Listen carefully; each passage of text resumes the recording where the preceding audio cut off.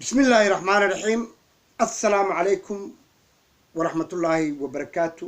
ميلو باتشوكتين سبيشال فيديو ويان او ان اد شعبك كونفور قلبيت هدي شبيلة هوسيهين هدي براويهين هدي ميلو بيهين افقويهين بريريهين جزيريهين شبيلة هوسي ولا بدا وبي الصوماليات قوين ودد عن حبات خادم ودد لقماضي ودد لدعي ودد بيرود الهستو ودد وبيجي إلهي وكان لقى إيبي مركا waxaan maanta videogan usoo dirayaa special video oo aan ku gubaabinayo wakiilka koonfur galbeed Alibaba London joogo oo mahad ilaahay ah inay isxilqaabeen gudoomiyaha isxilqaamay uu soo qaban qaabiyay shir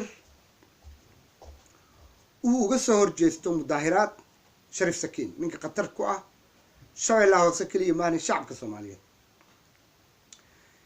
waxaa la qaban qaabiyay oo laga hadlay oo dawladda Ingiriiska fasax looga qaatay amniga booliiska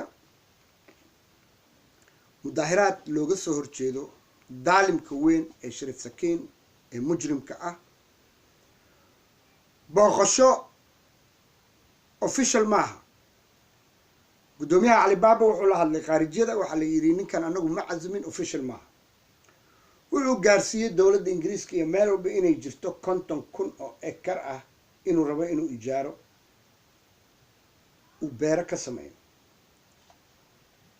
waxay ku yiraahdeen dawladda Ingiriiska waxa nii banaan inaad dacweysiin dadku halkuu aadayaa haddii meesha beero laga dhigo pointiga uu wato waxa weeyaan inuu dadka barakiciyo dadka baabi'iyo waxaan rabaa koonfur galbeed iyo shacabka koonfur galbeed digili mirifle inaan wax nii sheego saa u dhantiin hadduu galadiya hadduu reer baraaba yahay hadduu raxaweyn yahay hadduu elaahi yahay hadduu qoomiyad walba oo shabeellaha hoose ku nool ilaa jaziira ilaa kunya barow ilaa baayi bakool ilaa marka ilaa afgooye ilaa meel haddii aan wax nii sheego nii tilmaamo waajib baan saaran ka bilaaw raas caseer si fiican ii dhegeysta ka bilaaw raas caseer ilaa raas kiamboni xeebaha Soomaaliya oo dhan gobollada Soomaaliya oo dhan waxa ku bahdilan dadkii ilaahay kheyraadka siiyay beero siiyay ee shaqaysan jiray wax walba siiyay ayaa maanta waxa laga dhigtaa reer baraawiyiin haday galadi yihiin haday jareer weyne yihiin qolo walba yihiin oo koonfur galbeed sheeganaysa ilaahiin inay tugsadaan iyo inay musqulaha dhaqaan hablihiini waa booyeeso hablihiini kufsad baa lagu hayaa hablihiini dil baa lagu hayaa ummad xor oo xornimo ku dhalatay oo xalaal cunto shaqaysta ayadeen maanta Sharif Sakiin ayaa waxa dhan loo haystaa Sharif Sakiin wuxuu gaarsiiyay heer inay hablihii koonfur galbeed digil iyo mirifle ay muqsulaha dhaqaan wuxuu gaarsiiyay hablihii in xirooyin barakac lagu kufsado hooyo uma nixin inan yar uma nixin wuxuu naqmay Sharif Sakiin eemku wato waxa weeyaan waxa uu dhiman wax bil gaaray wuxuu doonayaa dalka koonfur galbeed digil iyo mirifle inuu barakiciyo uu duugo marka waxa waajib ah oo xaq ah in la iska celiyo lala dagaalamo Sharif Sakiin wuxuu wataa in uu ka iibiyo dhulka si aan loo soo saarin gaas iyo munaafacaad looga helo wuxuu rabaa in uu dhul beereed ka bixiyo dhul aan dhaweyn ee gaaraya waxaan la koobi karin shidaalka iyo gaaska badanna Sharif Sakiin ma ogolo in shidaal dadka laga qabo waa tuu hadda usoo xirxirtay marka waxaan oranayaa dadka London joogo qurba joogta digili mirifle waajib baa nin walba ka saaran ummadiisa iyo hooyigiisa iyo dalkiisa iyo dhaqaalihiisa iyo ubadkiisa maanta ubadkii digili mirifle waa booyeeso muqsulay dhaqan xerooyinka lagu kufsadaa qaar way toogsanayaan kheyraadkooda iyo munaafacaadkooda Sakiin wuxuu ku beeray dad kale shabeellaha hoose hadday afgooye tahay, hadday tahay dooy, hadday tahay baraawe, hadday tahay marka, intaba wuxuu ku beero maamul dawla degmo uga sameeyey mooryaan iyo habargidib. marka aad iyo aad baan ugu faraxsanahay. anigu qadiyadu baraawe waa qadiyad ikhuseyso. anigu reer baraawe waan ka dhashay, hayeedayaah. reer baraawe waxaan ku jeclahay keliya waxa weeye waa dad dulunsan. marka waxaan ficil ka doonayaa dadka london joogo, waxaan dadka london joogo aan ka doonayaa oon doonayaa inay soo banaan baxaan arbacada, ay ka soo qayb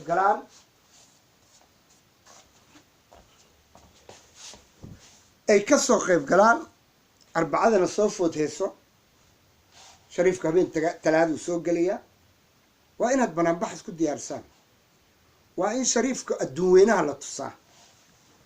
marka waajib baani saaran. rasuulka calayhi salaatu salaam wuxuu yidhi min maa yaguulu lxaq shaytaan akhlas. shariifku waa nacalad.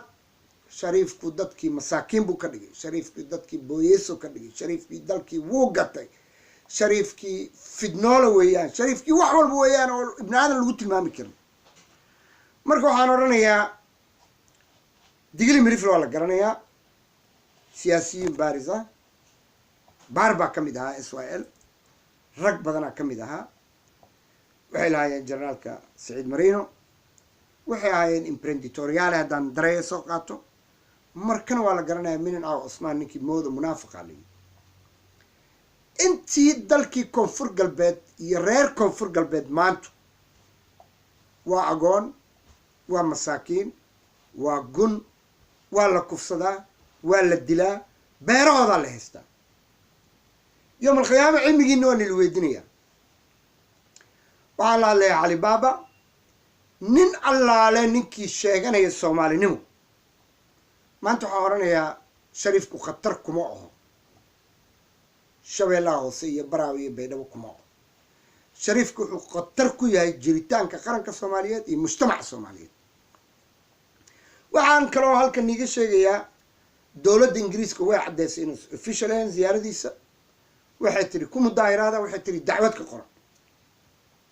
waxaan kaloo aada niigu sheegayaa oon la socdaa inay dowladda soomaaliyeed ka soo horjeedo shariifka, laakiin ay maantu tahay inay lugaha ku istaagaan koonfur galbeed ay diidaan.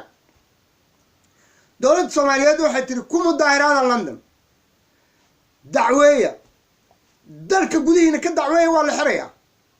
dhib weyn buu waddanka iyo qaranka iyo dadkii uu qasab madaxweynenimo ugu korana ku hayaa. marka waxaan leeyahay, waxaan khaasatan la hadlayaa guddoomiyaha wakiilka koonfur galbeed, nin baaris ah, nin siyaasi ah, ee waxna ka faa'iidinaya maalin walba usoo taagan inuu u dagaalamo koonfur galbeed iyo shabeellaha hoose. shabeellaha hoose hurdo ka kaca. maa yakhayar qooman ilaa bianfusihim uu ilaahay yidhi. adinkaa dulumka shariifka ogol. adinkaa dalkiina daayacay. adinkaa guryihiina daayacay. adinkaa u soo taagan inaad munaafiq iyo malcuun aada dhegaysataan. waxaan la hadlayaa xildhibaanada koonfur galbeed uu xamse ugu horreeya ku jira baarlamaanka. codkaagu ha la maqlo. ka hadal in dalkaaga la haysto.